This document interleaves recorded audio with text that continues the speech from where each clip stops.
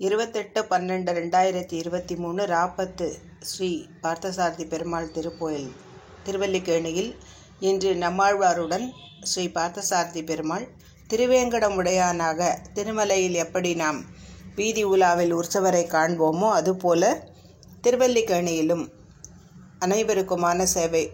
Srinivasa Govinda, Sri Venkatesha Govinda, Nitya Nirmala Govinda, நீலமேகஷாம Govinda, Purana Purusha Govinda, புண்டரிகாஷா Govinda.